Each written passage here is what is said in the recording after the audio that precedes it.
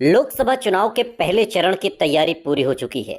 सभी पार्टियों के उम्मीदवारों ने नॉमिनेशन फाइल कर दिया है और अब जमीन पर उतरकर तैयारी हो रही है जीत की।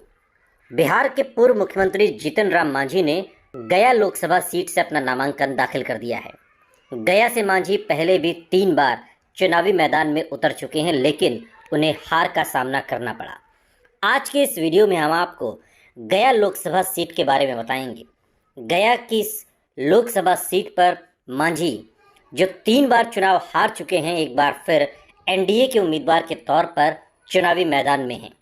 इस बार भी मांझी के लिए राह आसान नहीं होगी, क्योंकि उनका मुकाबला आरजेडी उम्मीदवार और लोकल बॉय कुमार सर्वजीत से है। कुमार सर्वजीत महागठबंधन की पिछली सरकार में मंत्री रहे हैं और बोधगया सीट से विधायक हैं। बिहार में पहले चरण की जिन 4 लोकसभा सीटों पर चुनाव होना है, उनमें गया सीट सबसे खास मानी जा रही है। गया सीट जीतन राम मांझी के लिए अग्नि परीक्षा की तरह होगी। इस सीट से मांझी के चुनावी मैदान में उतरने की सबसे बड़ी वजह यह है कि यहां से पिछले 2 चुनावों में एनडीए की जीत होती रही है। हालांकि जीतन राम मांझी का रिकॉर्ड इस सीट पर बहुत निराशाजनक रहा है। वो अब तक 3 बार गया से लोकसभा का चुनाव लड़े हैं, लेकिन तीनों ही बार उन्हें हार का सामना करना पड़ा। लेकिन राहत की बात यह है कि मांझी पहली बार एनडीए के साथ गया सीट से चुनाव लड़ रहे हैं। बीजेपी, जेडीयू, एलजेपीआर और राष्ट्रीय लोक मोर्चा का पूरा समर्थन उनके साथ है। लेकिन आरजेडी के साथ वाम दलों और कांग्रेस की ताकत लिए कुमार सर्वजीत भी कड़ी चुनौती देने को तैयार हैं। गया लोकसभा सीट से खास बात यह है कि दशकों से जीतने वाले उम्मीदवार मांझी बिरादरी के ही रहे हैं। कुमार सर्वजीत के सरनेम में मांझी नहीं है, तो जीतन राम मांझी को ये बात थोड़ी सुकून दे रही है। लेकिन कुमार सर्वजीत जीतन राम मांझी से बहुत युवा हैं और राजनीति के जानकार मान रहे हैं कि वो जीतन राम मांझी पर भारी पड़ सकते हैं। जीतन राम मांझी ने गया से अपना पहला चुनाव साल 1991 में कांग्रेस के टिकट पर लड़ा था और वो तब दूसरे नंबर पर रहे थे। 2014 में उन्होंने जेडीयू उम्मीदवार के तौर पर चुनाव लड़ा, लेकिन तीसरे नंबर पर रहे।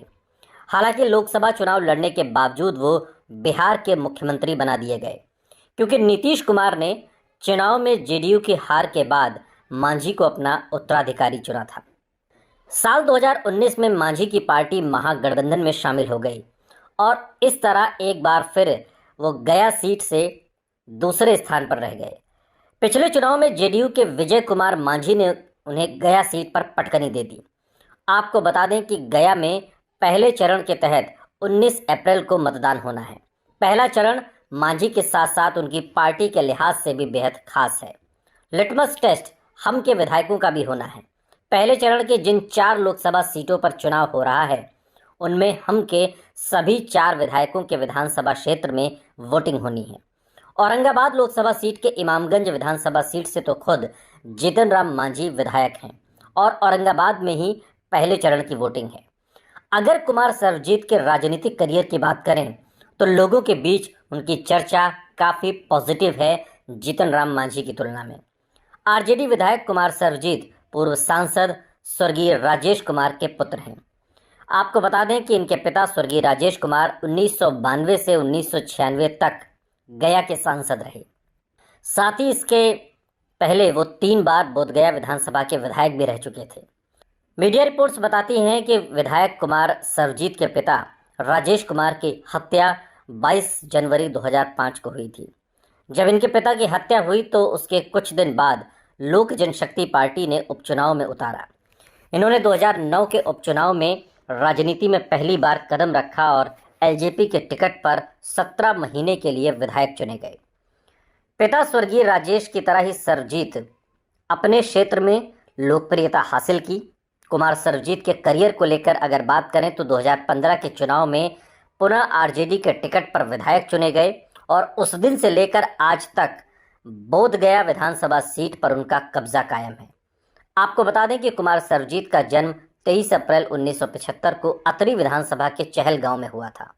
अगर उनकी शिक्षा को लेकर बात की जाए तो उन्होंने पटना के एसटीएजी हाई स्कूल से मैट्रिक की पढ़ाई की। इसके अलावा उन्होंने इसके बाद गया कॉलेज से इंटरमीडिएट की, बाद में बीआईटी मेसरा से प्रोडक्शन इंजीनियरिंग की पढ़ाई की।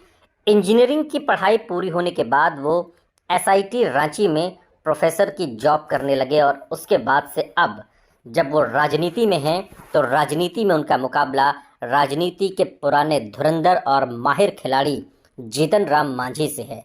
लेकिन जीतन राम मांझी की मुश्किल ये है कि वो इस बार एनडीए के उम्मीदवार हैं। वो एनडीए जो पूरे देश में एंटी इनकम्बेंसी का सामना कर रही है। बीजेपी का खुद का इंटरनल सर्वे ये बता रहा है कि गया सीट पर एनडीए कमज़ोर है, क्योंकि चिराग पासवान और चाचा पशुपति पारस की लड़ाई जग जाहिर है। खुद जीतन राम मांझी जिस समाज से आते हैं वहाँ की संख्या तो गया सीट पर अधिक है, लेकिन कुमार सर्वजीत के मुकाबले जीतन राम मांझी उस लिहाज से कमज़ोर पड़ रहे हैं कि जीतन राम मांझी इसे आखिरी चुनाव के तौर पर देख रहे हैं और कुमार सर्वजीत गया के लोगों की पहली उम्मीद बनकर उभरे हैं। यही मुश्किल है जो जीतन राम मांझी को अंदर ही अंदर खाए जा रही है। ये वीडियो आपको कैसा लगा कमेंट बॉक्स में हमें ज़रूर बताइएगा। इस तरह के और वीडियोस के लिए सब्सक्राइब करिए आपका अपना यूट्यूब चैनल न्यूज़ पॉइंट, आपकी आवाज़।